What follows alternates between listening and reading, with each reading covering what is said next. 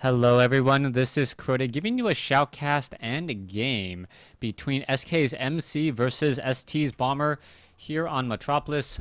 MC spawning as the blue Protoss player here at what I'll call the 9 o'clock position. Meanwhile, Bomber spawning as the red Terran player here at the 12 o'clock position. And ooh, this was actually from DJ Wheaton. Day 9 was casting this. I'm not sure which event this is from, but then again, I rarely ever do because I try not to make sure I don't have any spoiler information. Sometimes I hear news about the games or the matchups, but from certain events. But then when I download replays, like this could be any set of replays. All right, MC gonna be opening up with the standard 9 pylon here, and this is gonna be on Metropolis, a pretty standard, straightforward map. A lot of similarities to Metalopolis, except that there's a little bit more of a walkway across the center, so it's a little bit easier to get around the map, even though the two Zelnaga towers do cover much of it. Also, the center expansions not nearly taken as much, as these center expansions are a little bit off to the side. I don't expect these center expansions to be taken in this particular matchup, as they are rather close to your opponent's base. Now, so far, Bomber setting up a barracks over here on the ramp. We'll have to see if he does go for a gas. If he doesn't go for a gas, I do expect a 1-Rax expand. Meanwhile, so far, MC, he is not going for his own Vespene Geyser, so he's going to be going for perhaps a 1-gate expand. A 1-gate expand. Nope, there is that assimilator now. I'm getting it in just in time there, as we are now going to see a probe come up the ramp. A 1-gate expand would have been a very odd opening. As normally most Protoss players want to get that Cybernetics core and at least try to start that warp gate tech, since it is so important. SCV now backing off here. The probe is going to quickly scout out that there is absolutely no gas down, so it is going to be a 1-Rax expand unless he perhaps somehow scouts an additional barracks that is not on the map.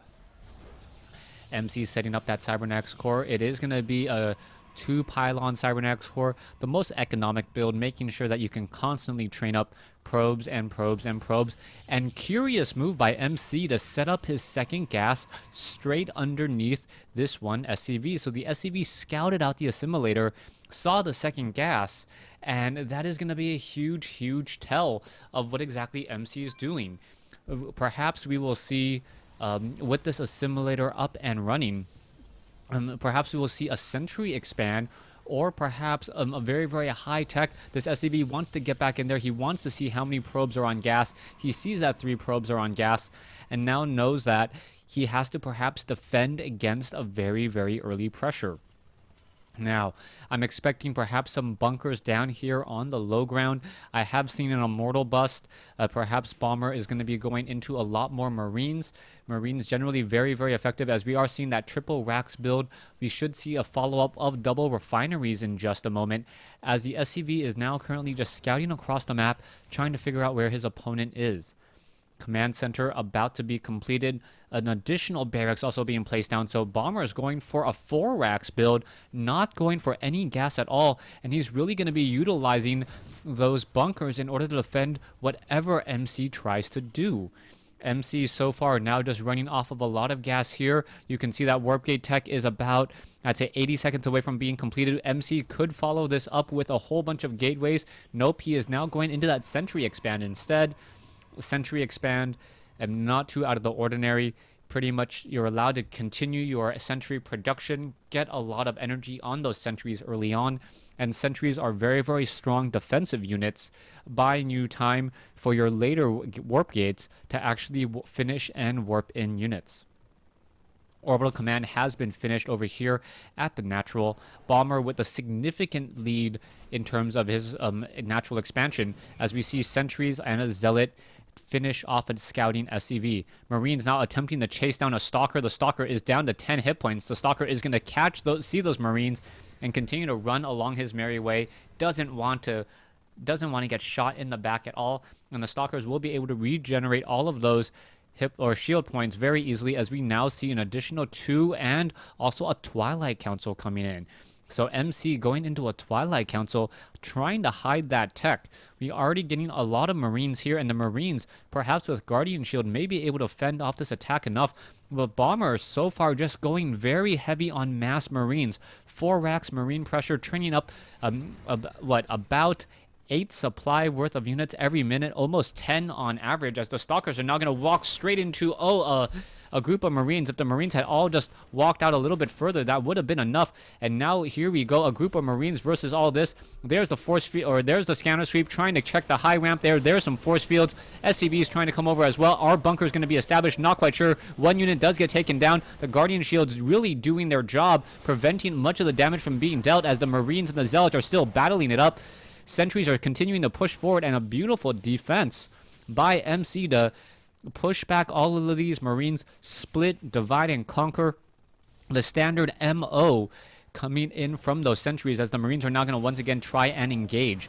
What is this though? MC now moving out with a warp prism, does already have a dark shrine already warping in, and this could be huge. I don't see any engineering bays, no missile turrets.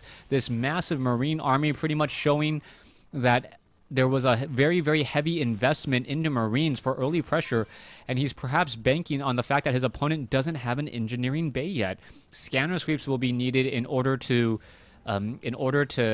detect any of those Dark Templars, and that could be an issue. MC could easily go into phase mode now, warp in a couple Dark Templars, and then as soon as that is done, pick them all up, and then perhaps drop them, and then continue to warp in more. This is going to be an absolutely devastating attack.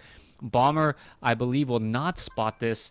And nope, he does not spot this at all. This is huge. Dark Templars now making their way in. More Dark Templars now moving around the map. One going into the main, one going into the natural. Dark Templar, perhaps the Marines catch this. Yes, going to shoot down one, but there is already one Dark Templar here. So the Dark Templar now making its way in, taking down multiple SCVs. Missile turret now being established, but it isn't going to be enough. The Dark Templar is now going after some Marines, going after some units here, going after, more importantly, the units than anything else, since the missile turrets will already complete. There we go, another Dark Templar going after some SCVs. SCVs are getting taken down one at a time, and more Marines are making their way over, taking down multiple units left and right. The worker kill count already up to 24.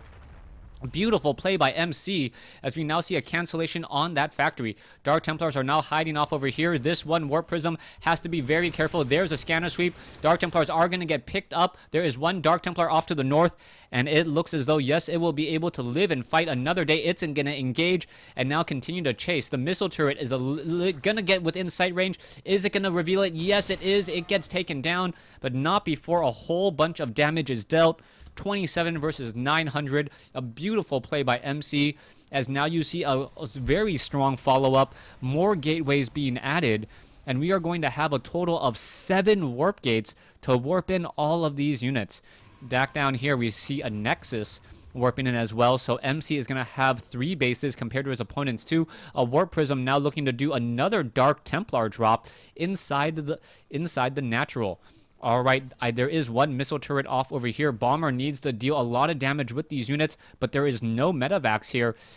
Sentries, Zealots, we could have a force field, and here we go. There are some force fields splitting off a lot of the units there.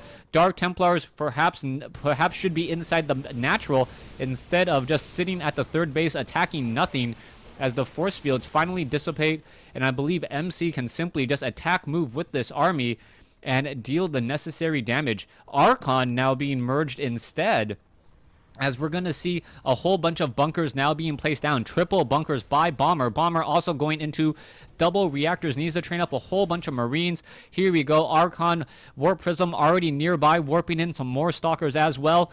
And I believe this is going to be the killing blow. Let's take a look at the army sizes. 2,300 versus 750. This is definitely not good news, as the Stalkers simply bypass all of the bunkers on the low ground with a beautiful force field as well. There's the Guardian Shield, and now trying to go after those sentries all together. The Archon, with the additional benefit of that Guardian Shield, able to absorb a lot more damage, and that is the GG.